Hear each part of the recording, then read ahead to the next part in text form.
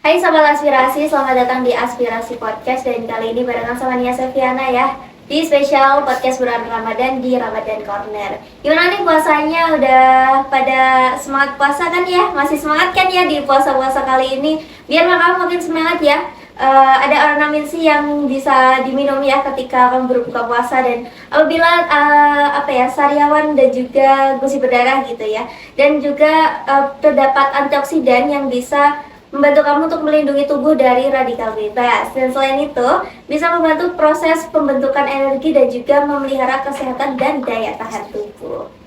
Dan untuk ornamen sendiri ya, itu tanpa pengawet, tanpa pewarna buatan, dan juga tanpa pemanis buatan. Gitu ya Sobat Aspirasi. Dan ya Sobat Aspirasi, kali ini di puasa-puasa kali ini ya, memang tentu banyak hal yang harus diketahui ya. Salah satunya yaitu hukum bergandengan tangan dengan yang bukan muhrimnya di saat bulan puasa. Dan ya, pas banget kali ini kita kedatangan narasumber podcast ya. Ada Kak Raihan Faiza Ulhaq yang bakalan berdiskusi bareng kita nih mengenai hukum bergandengan tangan dengan yang bukan muhrimnya ketika sedang berpuasa. Halo Kak. Halo juga Kak. Mungkin perkenalkan diri dulu Iya, ya. iya, boleh. Mungkin teman-teman dari Sobat Aspirasi, perkenalkan saya Raihan Faiza Ulhaq dari Fakultas Ilmu Administrasi Universitas Brawijaya, Program Studi Administrasi Bisnis.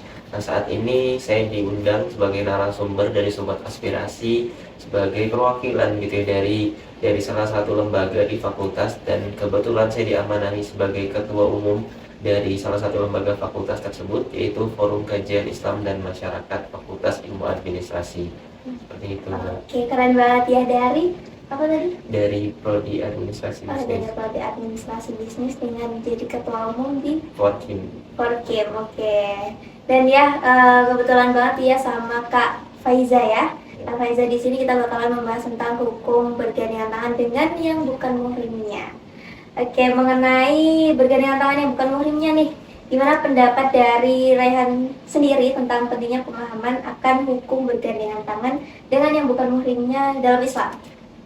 Terkait dengan pemahaman sendiri gitu ya, hukum bergandengan tangan dengan lawan jenis yang bukan mahram ya, itu sangat sangat penting sekali bagi teman-teman semuanya, bagi kita semua gitu ya, khususnya untuk memahami terkait hukum tersebut, khususnya di bulan puasa, bulan yang suci seperti itu. Nah, jadi hukum bergandengan tangan menurut mungkin dari pendapat saya sendiri gitu ya, bahwa hukum bergandengan tangan dengan lawan jenis yang bukan mahramnya itu dilarang seperti itu. Jadi sekiranya teman-teman yang masih mungkin ya bergandengan tangan dengan lawan jenis atau dengan pacarnya masing-masing mungkin ya, itu sebenarnya dilarang dalam agama kita teman-teman, seperti itu Pak. Oke, dan kalau lihat dari kondisinya saat ini ya gitu ya, banyak Gen Z yang menormalisasi hal tersebut gitu ya.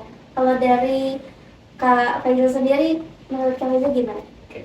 Memang adanya normalisasi terkait hal ini itu memang sudah lumrah sekali gitu ya. Kita bisa menyaksikan fenomena ini terjadi di mana-mana seperti itu. Nah, adanya kenapa sih gitu ya bisa adanya normalisasi hal ini gitu ya, karena adanya atau disebabkan oleh kurangnya dari pemahaman agama sendiri dari generasi Z sendiri gitu ya. Makanya generasi sekarang itu kurang adanya gitu ya, ketertarikan terhadap agamanya sendiri, kurangnya adanya pemahaman terhadap agamanya sendiri, sehingga sehingga banyak yang terjadi adalah mereka melakukan hal-hal yang sekiranya itu dilarang oleh agama, sedangkan mungkin mereka tidak tahu seperti itu. Makanya penting sekali gitu ya di bulan Ramadan ini gitu ya, sangat penting sekali oleh media-media, termasuk mungkin dari lembaga saya sendiri, dari Forkim sendiri, untuk mengedukasi gitu ya, apa saja yang sekiranya dilarang dalam Islam atau apa saja yang sekiranya diperbolehkan dalam Islam. Sehingga dengan adanya edukasi ini diharapkan dari teman-teman mahasiswa khususnya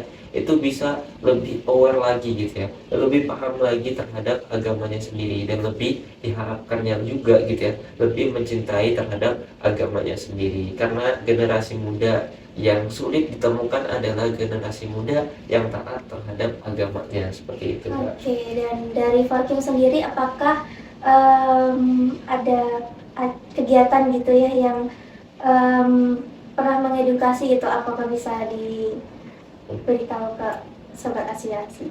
Oke, mungkin dari segi edukasi sendiri dari Forkim, sebenarnya mungkin dari tahun-tahun sebelumnya itu rata-rata Forkim itu istilahnya dianggap mungkin sebagai organisasi yang kaku karena menanamkan sangat dalam nilai-nilai Islam di dalamnya dalam hal organisasi, sehingga banyak orang yang mungkin sekiranya agak takut gitu ya untuk join di Forkim sendiri. Nah, oleh karena itu di pengurus Forkim yang sekarang kita merubah dari segi cara dakwah kita, dari segi cara mengedukasi kita dengan pendekatan-pendekatan yang sekiranya itu bisa diterima oleh teman-teman dari mahasiswa.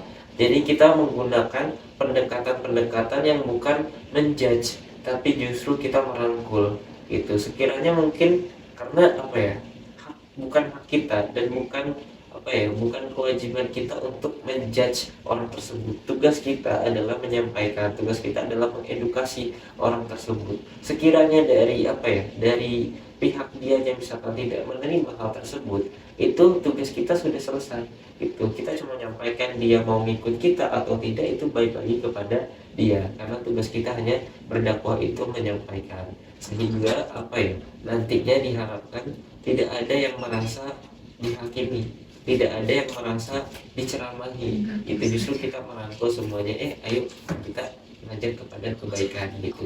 Jadi kita tidak melihat latar belakang orang tersebut, tapi justru yang kita lihat adalah bagaimana proses orang tersebut untuk menjadi lebih baik. Itu mungkin kalau di Forkim sendiri itu kita tidak melihat latar belakang, mungkin apakah dia pacaran atau dia misalkan apapun melakukan hal apapun, itu kita tidak melihat backgroundnya. Tapi yang kita lihat mungkin ketika dia masuk Forkim, mungkin dia rencananya mungkin diharapkannya ini menjadi lebih baik. Masa kita menolak orang-orang yang berusaha menjadi lebih baik? Seperti itu. Oke, sebagai seorang ketua Forkim gitu ya, apakah ada cara sendiri untuk memberitahu mereka-mereka yang masih agamanya itu masih kurang gitu ya tentang bergandengan tangan gitu? Oke, mungkin kalau dari Forkim sendiri, mungkin kita inisiatifnya dari segi konten-konten kan. Konten-konten di media sosial mungkin kita masifkan lagi gitu ya, supaya mungkin dari pendekatan-pendekatan itu diharapkan jadi terkesan penyampaiannya itu terlihat fun gitu. Makanya melalui konten-konten tadi, dan terkait dengan bergandengan tangan tadi, kita mungkin bakal bakal dimasifkan lagi dari segi konten media sosial, dan dari segi kehidupan nyatanya kita selalu mengajak atau ngobrol bersama, tapi ngobrol tersebut adalah istilahnya tidak menjudge seperti yang tadi sudah disampaikan, tapi kita merangkul, kita ajak bareng-bareng itu, seperti itu. Oke, dan mengenai hukum dari bergandengan tangan sendiri, apakah ada hukumnya, Kak? Oke, terkait dengan hukum dari bergandengan tangan sendiri gitu ya, dalam Islam khususnya para ulama sepakat bahwa hal ini tuh dilarang oleh Allah Subhanahu wa taala. Bahkan dalam sebuah hadis dikatakan gitu ya, seseorang ditusuk kepalanya dari pasak dari besi itu sungguh itu lebih baik dibandingkan dia menyentuh lawan jenis yang bukan mahramnya. Dari hadis ini kita bisa melihat gitu ya, bahwa hal ini sangat dilarang, kecaman ini sangat luar biasa gitu ya, yang harus kita tanamkan dalam diri kita. Menyentuh saja itu dilarang, apalagi kita bisa bergandengan tangan, yang jelas-jelas itu bukan menyentuh lagi ya, kayak gitu. Jadi hal itu dilarang oleh agama dan para ulama sepakat. Walaupun hadis ini beberapa dari ulama ada yang mensahihkannya, dan mungkin ada juga ulama yang menganggap hadis ini dhaif gitu ya, tapi ada juga beberapa ulama yang mensahihkan hadis tersebut. Itu. Oke, dan kalau bergandengan tangan itu kan dilarang ya dengan yang melawan jenis gitu ya. Apakah ada perbedaan ketika sehari-hari dengan berpuasa gitu? Apakah ketika berpuasa bakalan membatalkan puasa atau mengurangi pahala puasa itu? Oke, sebenarnya dari segi bergandengan tangan sendiri gitu ya, itu tidak ada dalam membatalkan puasa. Hal yang membatalkan puasa itu tidak ada yang namanya bergandengan tangan ataupun berpacaran seperti itu. Akan tetapi artinya sebenarnya dari segi hukum bergandengan tangan sendiri itu sebenarnya tidak membatalkan puasa. Akan tetapi menghilangkan dari segi pahala puasa tersebut. Jadi dalam sebuah hadis dikatakan kam min shaimin laisa lahu min siyamihi ilal ju'i wal atas. Jadi apa kata Rasulullah SAW, bahwa betapa banyak orang yang berpuasa gitu ya, akan tetapi apa yang mereka dapatkan hanyalah lapar dan haus saja, hanya rasa lapar dan rasa haus saja. Artinya dia tidak mendapatkan pahala apapun, dia hanya mendapatkan rasa lapar dan rasa haus. Hal inilah yang menjadi landasan kita gitu ya, dalam hal berperilaku tadi gitu ya, khususnya dari segi hukum tadi, bergandengan tangan gitu ya. Mereka mungkin apa ya, istilahnya tidak membatalkan puasa. Hal itu mungkin tidak membatalkan puasa, akan tetapi hal itu menghilangkan daripada pahala puasa tersebut. Seperti Oke, itu. dan untuk batasan-batasan yang dilarang dalam Islam untuk yang bukan muhrimnya tuh dari apa aja gitu?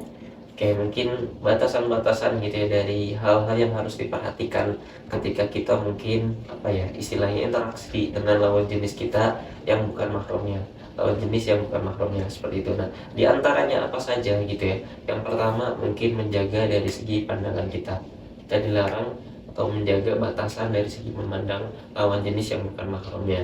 Yang kedua adalah kontak fisik. Terkait dengan kontak fisik, sekiranya apa ya namanya, kontak fisik ini dilarang di dalam agama terhadap orang lawan jenis yang bukan mahramnya, kayak gitu. Jadi sebagaimana dalam hadis tadi disampaikan gitu ya, bahwa menyentuh saja kita dilarang, apalagi kita sampai bergandengan tangan dengan lawan jenis yang bukan mahramnya. Tuh, terkait dengan kontak fisik. Lalu yang ketiga yaitu terkait dengan berkholwat atau berdua-duaan dengan lawan jenis yang bukan mahramnya di tempat sepi atau di tempat kosong gitu ya. Itu dilarang, karena pastinya dalam hal itu setan tidak akan tinggal diam gitu ya. Pastinya bakal apa ya, adanya sesuatu yang mungkin bisikan-bisikan yang menimbulkan hawa nafsu, yang akhirnya berakhir pada perilaku yang kurang baik, seperti itu. Dan lalu yang terakhir yaitu terkait dengan bagaimana cara kita terkait dengan interaksi gitu ya, komunikasi dengan lawan jenis yang bukan mahramnya. Nah, terkait dengan komunikasi sendiri diharapkan gitu ya, dihimbau bahwa sekiranya memang ketika tidak ada urgensinya untuk kita mengobrol langsung bersama lawan jenis yang bukan mahramnya, itu lebih baik tidak dilakukan gitu ya. Sekiranya masih bisa mungkin lewat chat ya lewat chat. Sekiranya mungkin memang karena urgensinya sangat penting gitu ya, kiranya memang harus disampaikan secara langsung bersama lawan jenis. Nah, ada sarannya gitu ya, saran saya itu dihadirkan oleh teman-temannya juga. Jadi di tempat-tempat yang ramai didampingi juga oleh teman-temannya, sehingga ketika dia menyampaikan itu tidak berdua-duaan, seperti itu. Berarti walaupun kontak fisik atau berbicara gitu ya, yang penting nggak berduaan nggak apa-apa ya, masih banyak orang itu nggak apa-apa ya. Ditemani oleh teman-teman gitu ya. Oke. Dan apabila kita secara tidak sengaja gitu ya berkontak fisik atau melakukan pandangan mata gitu, itu gimana kalau nggak sengaja gitu? Oke, kalau untuk tidak sengaja sebenarnya balik lagi ya teman-teman, terkait dengan niat kita itu apa gitu ya. Ketika misalkan ibaratnya kita tidak sengaja bersentuhan dan memang niat kita tidak ada niat untuk menyentuh dia, ya itu it's okay, gak apa-apa. Mungkin lebih meminta maaf secara langsung kepada orang tersebut, misalnya tidak sengaja bersentuhan, lalu berbanyak bertobat kepada Allah dan berbanyak beristighfar kepada Allah, dan semoga hal itu tidak terulang kembali, kayak gitu, untuk menyentuh yang tidak disengaja. Karena sebenarnya gini teman-teman, innamal a'malu binniyat, segala sesuatu balik lagi kepada niat kita. Dan mungkin orang-orang nggak tahu niat kita itu apa, akan tetapi sebenarnya Allah itu tahu niat kita apa yang sebenarnya. Jadi sebenarnya tidak ada yang bisa disembunyikan dari apa yang diketahui oleh Allah Subhanahu wa taala. Itu. Oke, mungkin ada pesan-pesan buat Gen Z ya, dan juga sobat aspirasi untuk hukum bergandengan tangan ketika sedang berpuasa gitu. Oke, mungkin untuk teman-teman pesan dari Gen Z ya, mungkin dari kita mungkin saling menasihati aja gitu ya satu sama lain, dan saling mengingatkan buat teman-teman juga gitu ya. Karena mungkin ini khususnya untuk diri saya sendiri dan umumnya untuk kita semua gitu ya yang ada di sini, dan untuk pemirsa yang nonton juga, bahwa sebenarnya kita dalam Al-Quran juga dijelaskan bahwa wal asri, demi masa, innal insana lafi khusr, sesungguhnya manusia itu dalam keadaan rugi, illal ladzina amanu wa amilus solihat, kecuali orang-orang yang beramal soleh gitu ya, kecuali orang-orang yang beramal soleh wa amilus solihat wa tawassaw bil haq, dan saling menasihati dalam kebenaran wa tawassaw bisabr, dan saling menasihati dalam kesabaran. Jadi ada kalanya teman-teman, ketika kita melihat teman kita yang masih bergandengan tangan dengan lawan jenis, ada kalanya kita mengingatkan gitu ya, karena anjuran agama kita dalam Quran surat Al-Asr tadi yaitu kita saling menasihati, saling mengingatkan dalam kebaikan, dalam kebenaran. Tentunya saling mengingatkan bukan yang menghakimi, tapi saling menasihati saja, seperti itu. Karena kadang karakter orang itu berbeda ya, setiap orang mempunyai karakter yang berbeda, karena nggak semua penyampaian yang kita bisa lakukan bisa kita generalisasikan ke semuanya.